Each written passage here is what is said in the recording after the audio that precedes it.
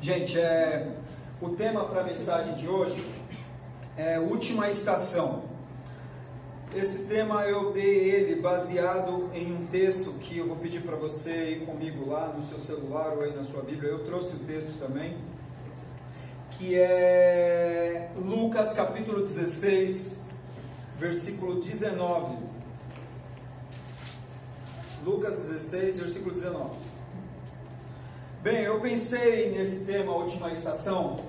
Eu considerei a ideia de a estação no que diz respeito à nossa vida. Então eu imaginei o trem da vida. E o trem da vida, ele caminha para aquilo que nós chamamos de última estação. E na verdade, fazendo essa alegoria, nós sabemos que existem dois trens na vida. Um trem vai levar para a última estação, que é o céu. E o outro trem, ele vai levar as pessoas para a última estação, que é um lugar que a Bíblia diz que é um lugar de tormento, que nós chamamos de inferno. E aqui nesse texto, você já deve ter lido o título, você sabe que aqui nesse texto nós temos o rico e nós temos Lázaro. E na verdade são dois passageiros de trens opostos. Um passageiro, ele entra no trem que vai para a estação final, que é o céu, chamado aqui também de seio de Abraão. E o outro é o rico, que ele vai para a última estação, e a última estação é o inferno. Não sei se vocês conseguem enxergar lá, mas de qualquer forma eu vou ler aqui, na mesma versão, a versão que eu coloquei ali é a NVI.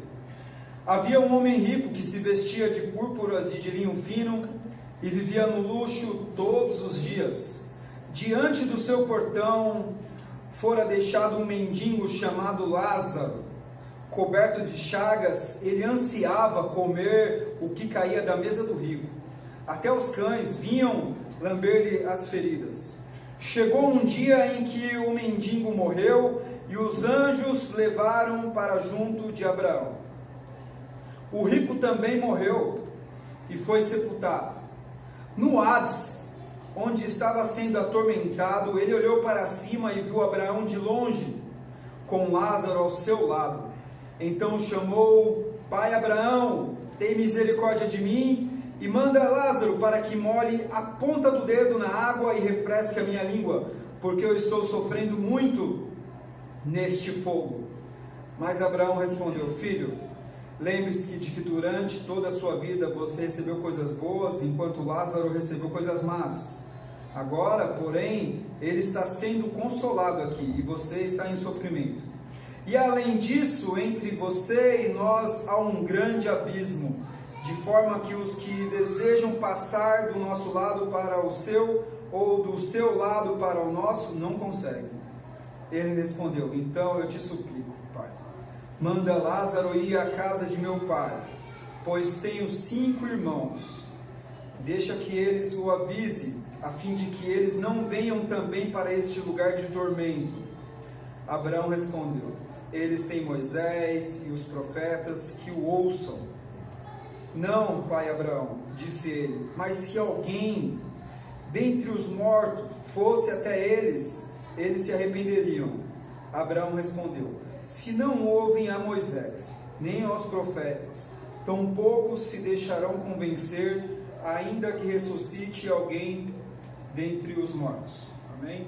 Amém.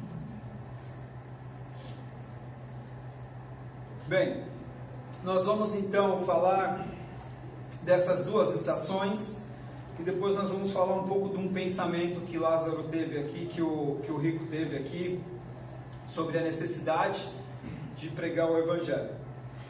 Falar então sobre essas duas estações vai nos fazer falar sobre o inferno. E falar sobre o inferno é algo que nós não gostamos de falar, né?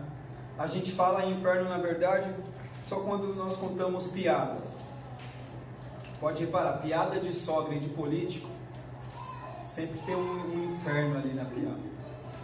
eu não trouxe nenhuma para contar para vocês, mas a gente sabe que piada de sogra e piada de político, o pessoal sempre coloca um inferno na história.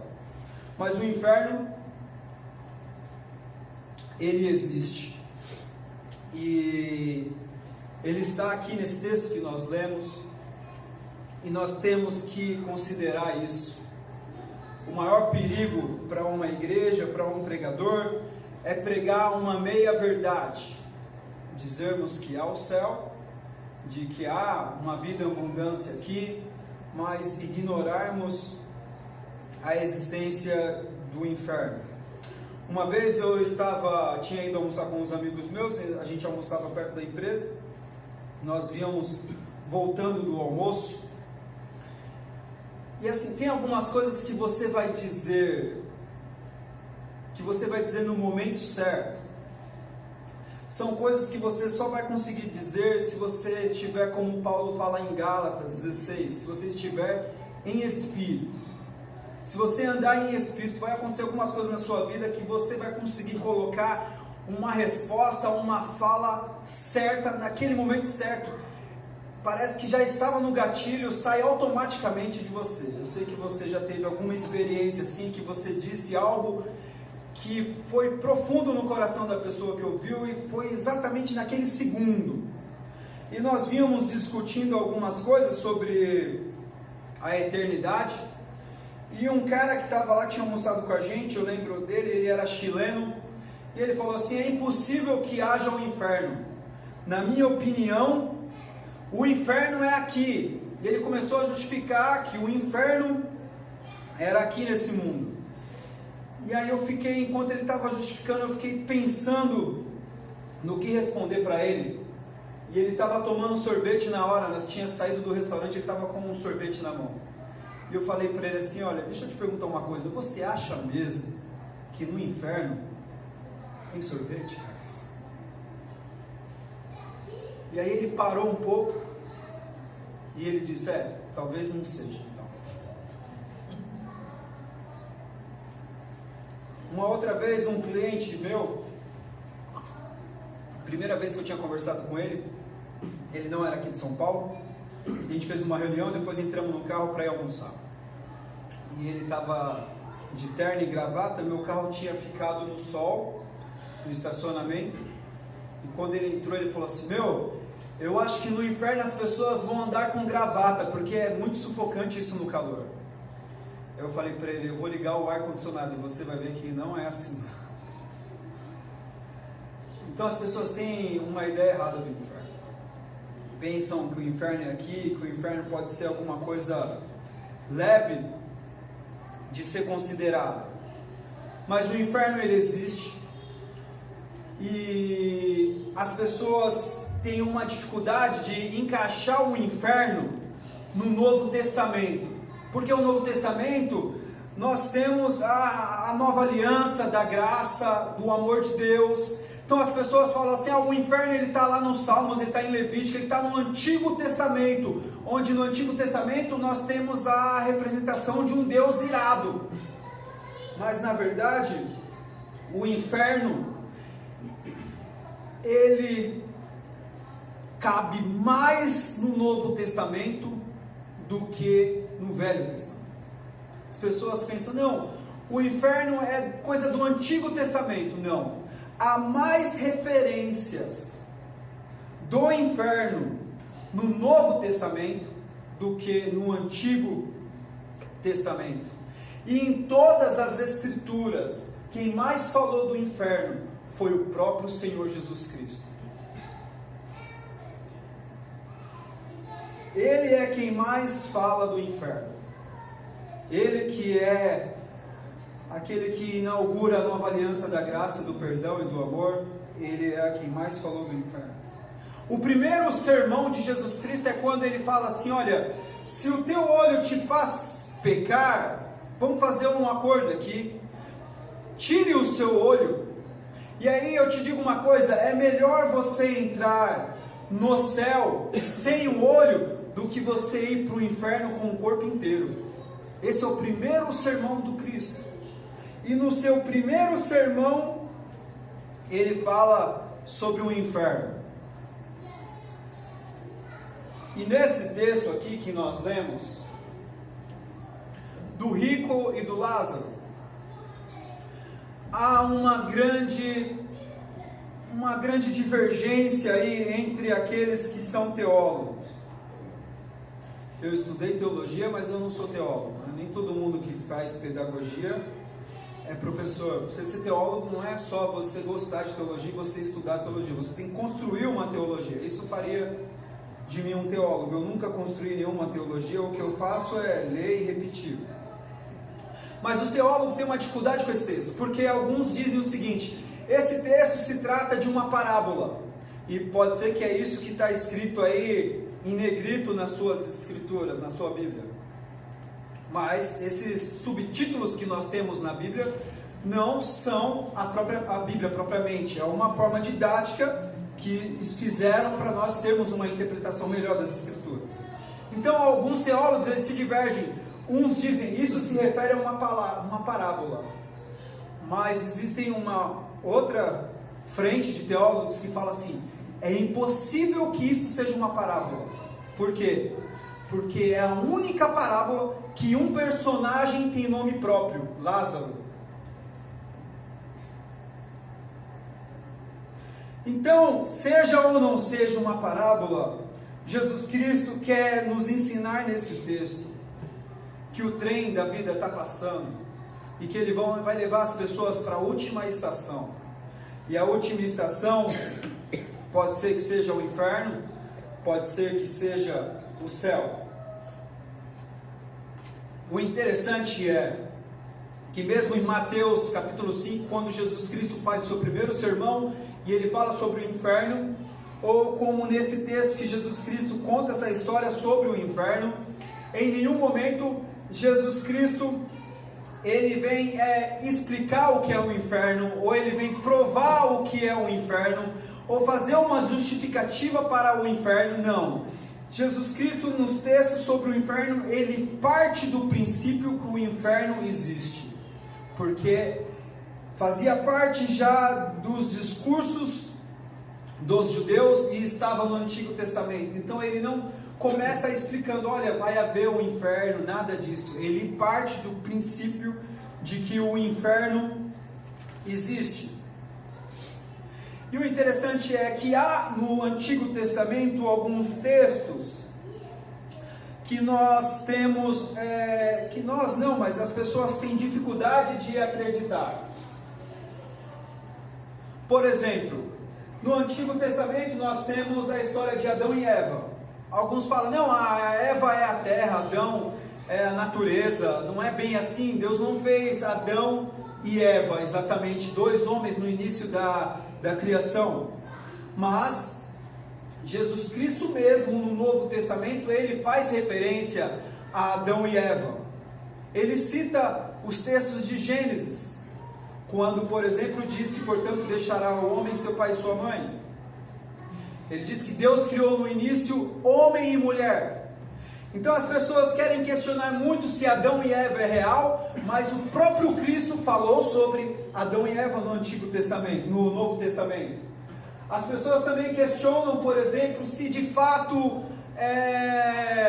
um grande peixe engoliu um homem mesmo, e esse homem conseguiu se manter vivo dentro desse grande peixe por 3 dias.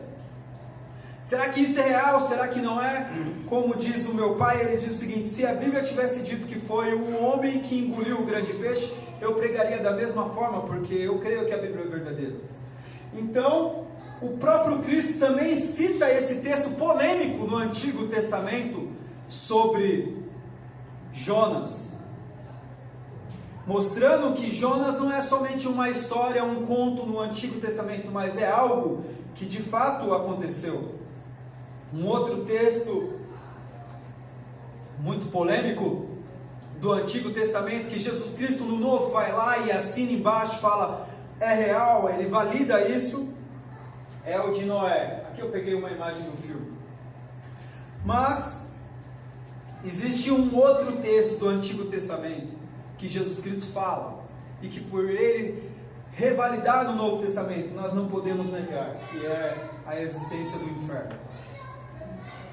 São textos polêmicos que estão no Antigo Testamento, que muitas pessoas têm colocado em dúvida se aconteceu ou se acontecerá, se é verdade ou se não é. Mas são textos que o próprio Cristo pronunciou com a sua boca. A verdade falou sobre a verdade.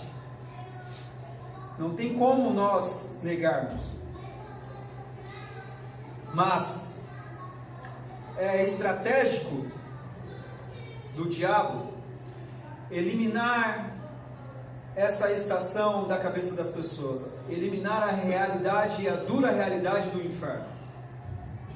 Nós temos hoje 3 correntes de pensamentos sobre o inferno, e que infelizmente são pensamentos que estão dentro de algumas igrejas, que se eu citasse aqui, talvez você diria, não pode ser, mas é verdade. Por exemplo, nós temos uma teoria chamada de universalismo. Ela diz o seguinte: olha, Deus é amor, no final não vai haver inferno, todos vão para o céu, porque Deus é amor. São aqueles teólogos que nós chamamos de universalistas. Ou então alguns são os aniquilacionismo. O aniquilacionismo diz o seguinte: olha, na verdade existe inferno, mas como diz em Apocalipse, o inferno será lançado no lago de fogo, ou seja, ninguém vai sofrer eternamente, as pessoas vão ser aniquiladas, as pessoas vão deixar simplesmente de existir.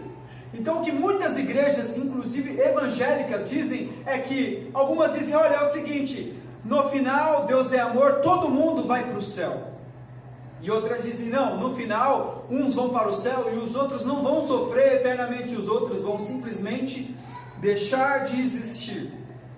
E aí nós temos uma outra teologia que é mais recente, que inclusive tem um filme agora no Netflix de um pastor que trata sobre ela, que chama teologia inclusiva, que tem atraído diversas pessoas de relacionamentos com o sexo oposto, porque na teologia inclusiva é mais ou menos o que diz essas duas, diz que no final a graça vai incluir a todos, quer tenham vivido de qualquer maneira, quer tenham se arrependido e seguido a Cristo piedosamente. Mas se nós pensarmos então, então será mesmo que o universalismo é verdade, que no final todos vão ser salvos? Ou será mesmo que o aniquilacionismo é verdade, e no final ninguém sofre eternamente, todos vão simplesmente desaparecer, serão aniquilados? Ou a teologia inclusiva, será mesmo que a graça vai incluir todo mundo no final? Se isso for verdade, a pergunta que nós temos que fazer é: do que então fomos salvos? Ora, do que Jesus Cristo veio ao mundo morrer na cruz para nos salvar? Se no final todos seremos salvos, se no final não vai haver sofrimento eterno, seremos simplesmente, as pessoas ruins deixarão de existir. Do que fomos salvos? Nós sabemos que, analisando as Escrituras e esse mesmo texto, nós podemos perceber que é difícil entender o mistério, mas a Bíblia fala de um sofrimento eterno. Se esse sofrimento vai ser mesmo literalmente em chamas, eu não sei te dizer, mas que haverá um sofrimento eterno, todas as Escrituras dizem isso. C.S. Lewis, ele tem uma frase que ele diz o seguinte: ele diz que nesse mundo em que nós vivemos, neste mundo aqui, ninguém vai estar livre dos males que o amor pode nos ocasionar. Os males que o amor pode nos ocasionar. Por exemplo, um pai que ama um filho e o filho não faz questão do pai, vai embora e nunca mais liga para o pai. Um marido que ama a esposa e de repente a esposa tem algum problema e o marido sofre com aquilo que a esposa está sofrendo. O amor, ele traz muitos males aqui no nosso mundo. C.S. Lewis diz que só existem 2 lugares onde nós então finalmente estaremos livres dos males que o amor pode nos ocasionar. E o primeiro lugar, ele fala que é o céu, é a estação do céu, porque lá o amor é perfeito, então o amor não traz males. Mas o segundo lugar em que ele fala em que as pessoas estarão livres do mal e do amor é no inferno, porque lá não existe amor. Então digamos que o inferno não seja esse lugar de fogo mesmo, que o fogo seja apenas uma alegoria, mas com certeza o inferno é um lugar sem o amor de Deus, porque todo o amor de Deus já foi dado.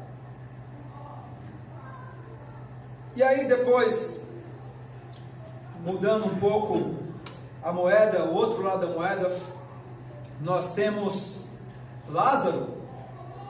E Lázaro, ele é um pobre que vai para o céu.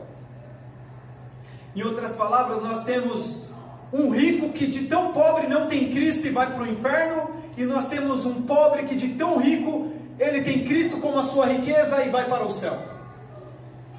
Não é duas histórias de que o pobre sofreu muito aqui e vai ser consolado no céu. Não é isso que as Escrituras nos dizem. As Escrituras nos dizem que para o céu só há uma porta, que é Cristo. Não importa como você vive aqui, você pode ser rico e ter Cristo e ir para o céu, como você pode ser pobre, ter Cristo e também ir para o céu.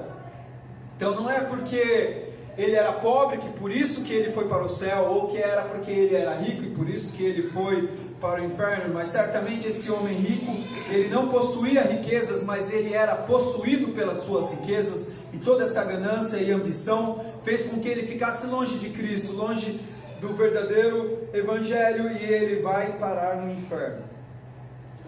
Mas em contrapartida, o outro lado da moeda, o texto nos fala de céu, e é para lá que eu vou. Uma vez eu cheguei em casa, meu pai estava assistindo o Datena. E aí aqueles momentos que o Datena começa a falar, parece que o sangue escorre da televisão e corre pela sala. Só tragédias e mais tragédias. E eu fiquei ali chocado ali com o mundo, com a realidade do mundo. E aí meu pai falou algo para mim que eu coloquei nesse último livro que eu escrevi. Ele falou assim, não se preocupa com tudo isso aí não. A vida é boa. E no céu, meu Deus até já me reservou uma coroa. Então, há um céu. Quando parar por um pouco de tempo para ver esses jornais sensacionalistas, lembre-se que ainda assim a vida é muito boa e já até te reservaram uma coroa. Eu fui aqui meio universalista, eu não disse para quem reservaram a coroa. Mas nós sabemos que a promessa de Deus é que há um céu. E é para lá que nós vamos. É lá que está o Lázaro. É lá que está Abraão, Isaac e Jacó. Foi o céu que Jesus Cristo subiu e que é de lá que ele desceria. É o céu que nós recebemos a promessa de que se nós crêssemos no nome de Jesus Cristo, nós iríamos para o céu. Algumas pessoas olham esse texto aqui que nós lemos e falam, não faz muito sentido. Como que Lázaro já está no céu, se Jesus Cristo disse que na casa do pai dele, ele iria lá, que ele iria ao céu preparar morada? Mas não é bem isso que diz o texto. Em João 14, Jesus Cristo diz assim, olha, não se turbe o vosso coração, credes em Deus, credes também em mim. Na casa de meu pai há muitas moradas, se não fosse assim eu vos teria dito, vou preparar-vos lugar. Jesus Cristo não foi para o céu preparar morada, as moradas já existem. Ele está dizendo assim, na casa do meu pai há muitas moradas. As moradas já existem. E aí ele diz assim no texto, se não fosse assim, se não existisse, eu estaria dizendo para vocês agora, vou preparar-vos morada. Mas as pessoas leem rápido e pensam que Jesus Cristo foi para o céu preparar morada, mas a verdade é que as moradas celestiais já estão preparadas para nós. E o que resta? Nós podemos dizer que resta a manifestação do anticristo, resta aquilo, resta as duas testemunhas, resta sei lá o que, mas a volta de Jesus Cristo, ela é eminente. ela pode acontecer a qualquer momento. Tem uma história de que quando Lutero estava traduzindo as escrituras dos seus originais para a língua popular do povo, no caso dele era o alemão, ele estava traduzindo as escrituras para o alemão e ele se deparou com um texto de Isaías que ele não conseguia achar as palavras certas do hebraico para o alemão. E ele estava ali no escritório dele, ali, perturbado, porque não conseguia avançar ali naquele texto de Isaías. E aí um dos seus colegas percebe ele levantando, saindo, voltando, muito agitado, ansioso, e ele pergunta para ele: o que você tem hoje, Lutero, que você está tão ansioso, tão preocupado? E ele falou assim: eu estou traduzindo aqui as escrituras e eu estou em um texto aqui de Isaías que eu não consigo achar as palavras certas para a nossa tradução, para a nossa língua. Falei: como isso, Lutero? Você está tão preocupado com isso? O Papa, todo o Vaticano está querendo você a todo custo, querem você morto a todo custo, por que você está tão preocupado com isso? E ele disse o seguinte, ele disse: olha, eu estou preocupado porque eu tenho medo de demorar muito para terminar a tradução e Cristo voltar antes que essa tradução esteja na mão do povo, para que mais pessoas possam ir para o céu. Jesus Cristo diz para esse cara aqui nesse texto o seguinte, que ele falou: olha, se alguém ressuscitar, pode ser que os meus parentes creiam. E Abraão diz para ele no texto: olha, se eles não podem crer em Moisés, que representa a lei, e nos profetas, esquece. Ainda que um milagre aconteça, que um morto receba a vida novamente, eles não vão crer. Só as escrituras já é por si só suficiente para que as pessoas creiam. Por isso que Lutero fala: olha, eu estou preocupado porque pode ser que Jesus Cristo volte e esses textos na linguagem do povo ainda não estejam na mão deles, para que eles possam crer e possam também ir para o céu. Mas nós percebemos na fala de Lutero um senso de emergência para com a propagação da palavra de Deus. Ele está preocupado de traduzir rápido antes que Jesus Cristo volte. E isso já passou-se 1500 anos. Nesse texto aqui, nós vemos uma fala muito interessante. Ele diz assim: então eu lhe suplico, Pai. Ele lhe suplicou: manda Lázaro ir à casa de meu pai, pois tenho 5 irmãos. Deixa que ele os avise, a fim de que eles não venham também para este lugar de tormento. Em outras palavras, sabe o que o rico quis fazer? Ele quis fazer missão. Ele se preocupou com os seus irmãos que ainda não conhecem a Cristo, que ainda não conhecem o Evangelho. Ele está preocupado com aquelas pessoas que não estão prontas para entrar no trem, que a última estação é o céu, mas quando é tarde demais para pregar o Evangelho. Ele se preocupou em pregar o Evangelho, e esse é o último ponto aqui para eu poder encerrar, quando já era tarde demais, já não podia mais ser feito nada. Ele pede para que alguém vá lá e converse com aquelas pessoas, mas já é tarde. Nós temos que ter o cuidado para não nos preocuparmos em anunciar a Cristo quando já é tarde demais, quando aquela pessoa que nós queremos tão bem já não está aqui, mudou e foi morar num outro lugar. Você saiu do trabalho e você está numa outra empresa, e aí essa pessoa já não pode mais ouvir da sua boca. Esse rico, ele se preocupa em pregar o Evangelho, mas quando já é tarde demais. Nós só temos essa vida para anunciar a Cristo. Se você não anunciar agora,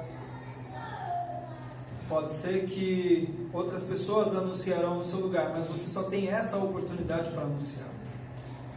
Talvez você possa você mesmo anunciar, talvez você possa dar uma Bíblia de presente, talvez você possa chamar ela para tomar um café com você, e de repente convidar alguém, por exemplo eu, o Rodrigo, ou alguém para ir lá e conversar com ela sobre o Evangelho, mas é necessário que algo seja feito, e há necessidade de que nós tenhamos um senso de urgência em relação à necessidade que as pessoas têm de ouvir sobre Cristo. Este rico, ele lembra dos seus irmãos. Ele diz: eu tenho 5 irmãos. Ele lembra de algumas pessoas que precisam ouvir sobre a verdade. Ele lembra de 5. Durante um bom tempo da minha vida, minha lista não era de 5, minha lista era de 3 pessoas. E eu orei por mais de 4 anos para que essas 3 pessoas pudessem ter um encontro com a verdade. E graças a Deus, eu pude ver essas 3 pessoas receberem Jesus Cristo como Salvador. Esse homem lá no inferno, ele lembra de 5 nomes.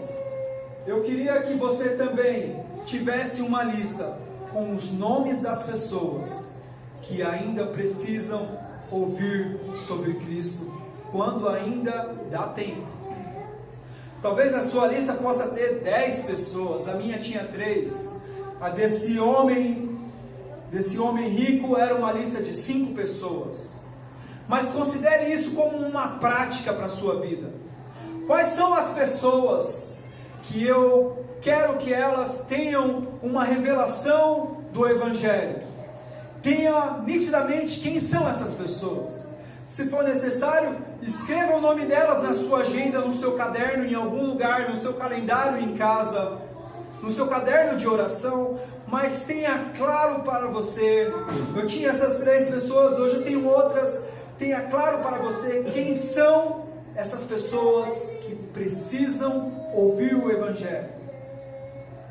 E seja por meio de você, seja por meio de outro, nós acreditamos que aquele que disse que era para nós orarmos para que Deus levantasse ceifeiros, Ele vai fazer a missão de fazer com que essa pessoa ainda tenha outras chances e outras conversas sobre o Evangelho. Mas pense nisso, considere isso no final dessa mensagem aqui de hoje. Esse rico tinha 5 nomes de pessoas que ele, quando a ficha caiu, ele falou: essas 5 pessoas aqui tem que ouvir o Evangelho. Manda alguém lá, Senhor. Faz um milagre, manda alguém lá. Você também precisa ter isso como uma prática. Quais são aquelas pessoas? Se são meus irmãos, se são meus parentes, se é algum amigo, mas tenha nitidamente uma lista com as pessoas as quais você acredita que ainda precisa ter uma revelação do verdadeiro Evangelho. Então, número 1, o inferno existe, e Jesus Cristo foi quem mais falou dele. Número 2, em contrapartida, o céu existe, e Jesus Cristo na cruz nos garantiu o céu. E número 3, nós temos que estar prontos, com esse senso de urgência, orientando as pessoas sobre os 2 trens que estão passando nas nossas vidas. O trem que leva para a estação do tormento eterno, e o trem que é a porta estreita, que leva para a estação do seio de Abraão. Amém? Feche seus olhos, vamos fazer uma oração. O Eduardo ainda tem mais um cântico, e nós vamos dando sequência. Bondoso Deus, nós te agradecemos por tudo, Pai. Perdoa os nossos pecados, que possamos, Senhor Deus, sempre nos lembrarmos disso, Pai. Que as pessoas com quem nós trabalhamos, as pessoas com quem nós encontramos nos elevadores, na calçada de casa, nos mercados onde frequentamos, nas padarias onde frequentamos, nos lugares onde passamos, algumas podem estar no trem que a última estação é o inferno. Que nós possamos, com o Teu Evangelho, Pai, dizer para elas, para que elas possam pular desse trem enquanto há chance para isso, Pai. Coloca, Senhor Deus, em nossos corações o senso de emergência. O senso que estava no coração de Lutero aquele dia, quando ele estava preocupado com a Tua vinda.